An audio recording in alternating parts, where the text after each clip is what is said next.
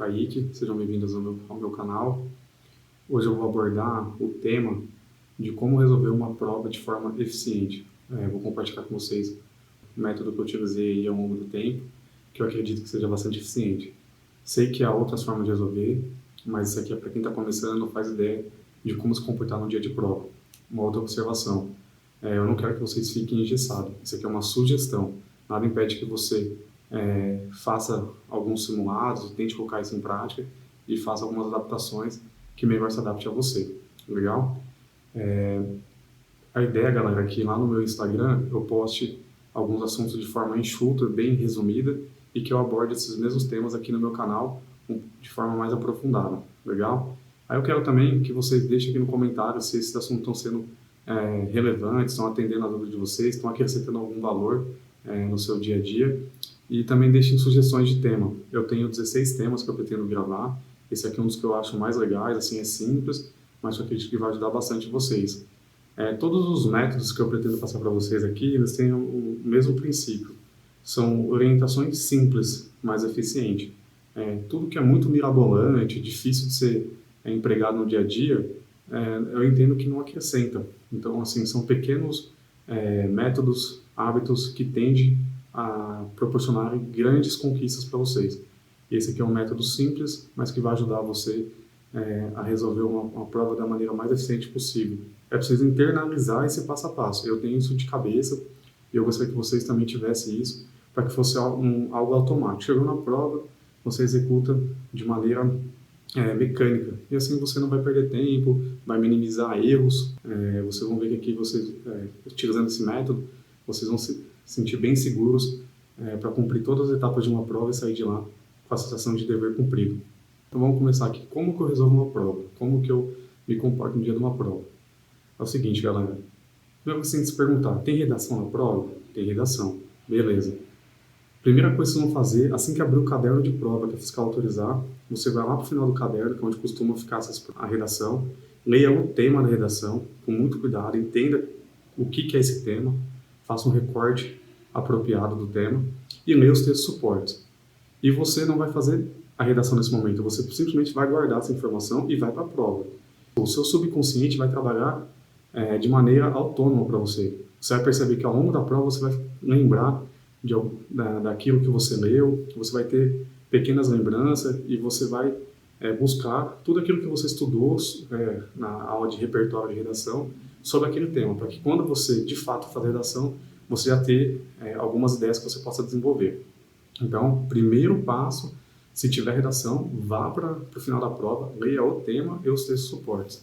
Feito isso, eu recomendo que você, aqui vai entrar um ponto polêmico, que você comece a sua prova durante os 2, 5 minutinhos pelo tema que você menos tem afinidade.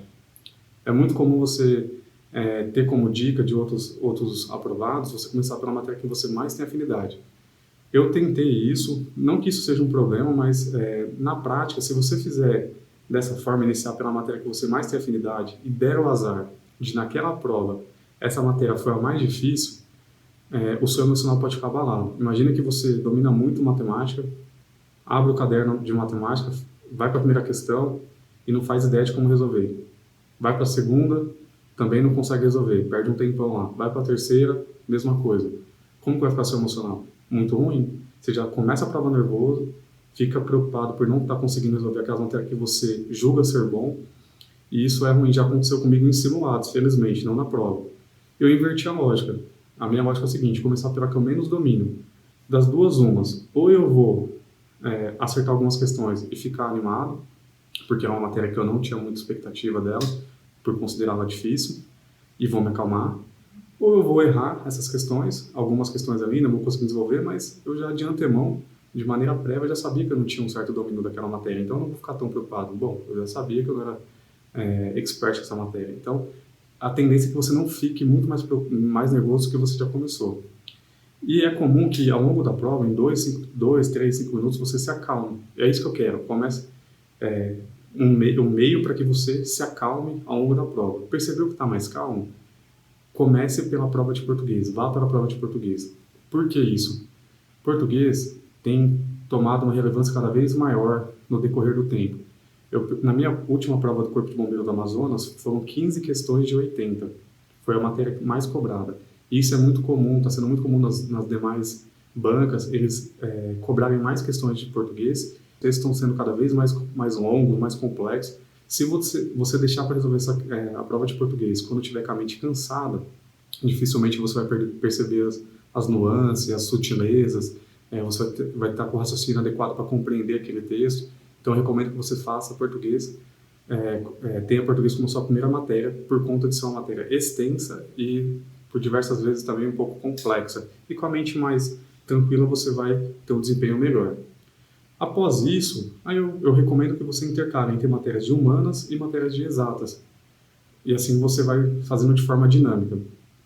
Outra coisa, galera, é importante, eu considero importante que a prova em 2 etapas. Na primeira etapa, eu vou tentar fazer as questões mais fáceis e rápidas, para que eu ganhe o máximo de pontos possíveis.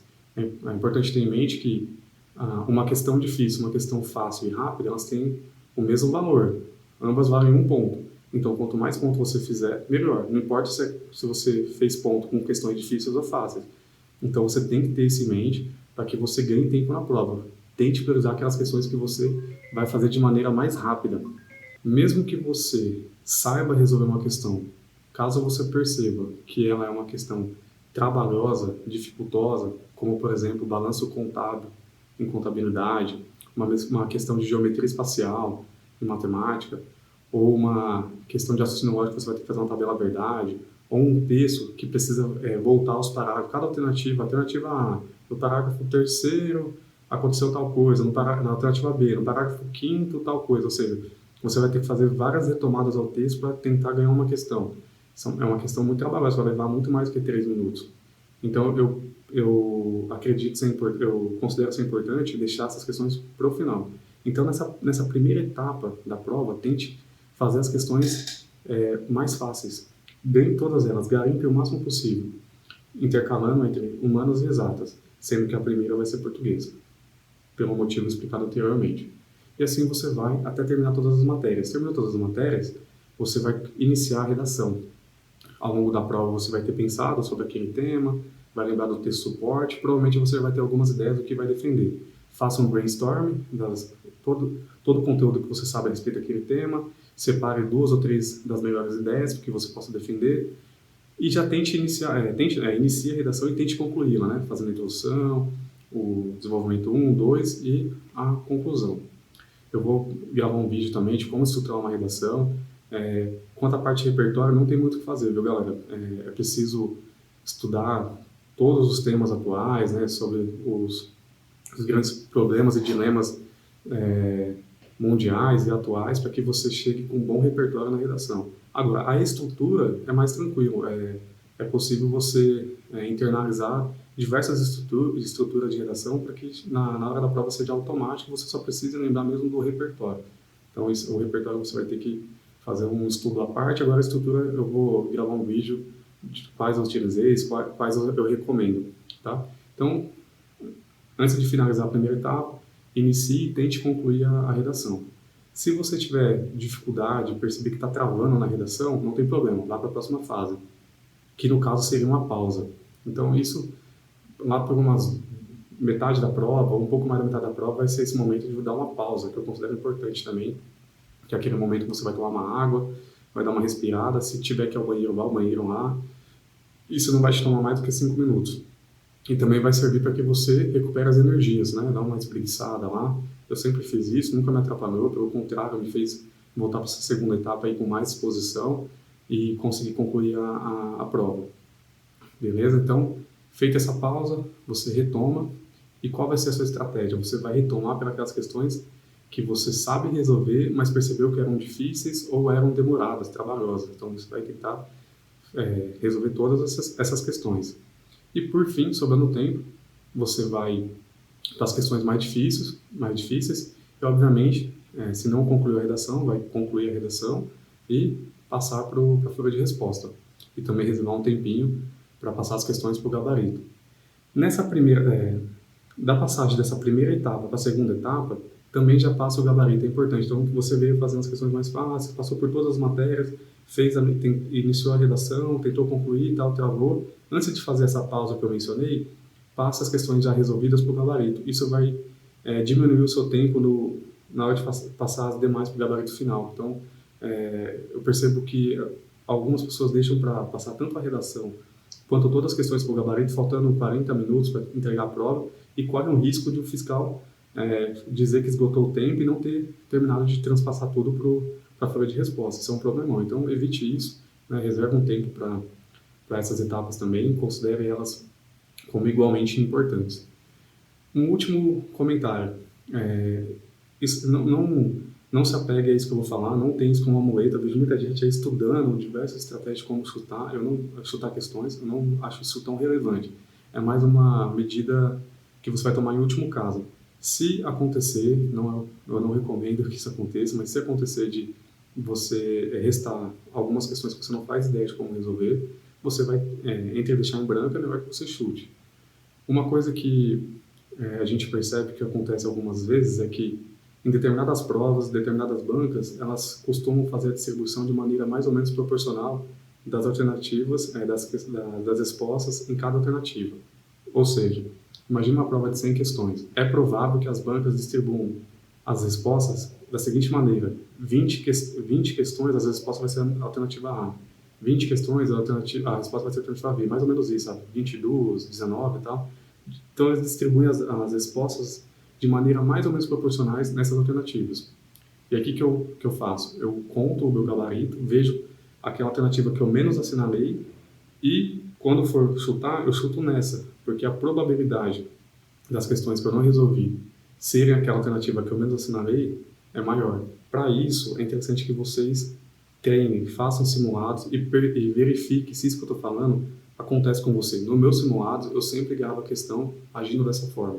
Então, eu deixava umas 5, 6 questões que eu não fazia ideia de como responder. Eu ia lá, contava o meu gabarito, verificava qual era a alternativa que eu havia menos assinalado e eu chutava todas as minhas respostas nessa alternativa. E eu sempre ganhava uma ou duas questões ali. Então, para mim, era algo vantajoso. Então, galera, perceba que isso é um método simples e que vai ajudar você otimizar o seu tempo, saber exatamente o que tem que ser feito, não se desesperar, não ficar tão nervoso. Pelo contrário, no começo da prova, já prevendo que você vai estar nervoso, eu tirei uma solução de inicializar pela a disciplina que você tem menos afinidade, para que você vá se acalmando, depois vá para o português. Então, assim, é algo que eu utilizei, eu recomendo, mas é importante que você teste isso em casa com antecedência várias vezes. Se perceber que é válido, procure praticar muitas vezes para que isso se torne automático. E assim você vai chegar a uma vantagem em relação ao seu concorrente.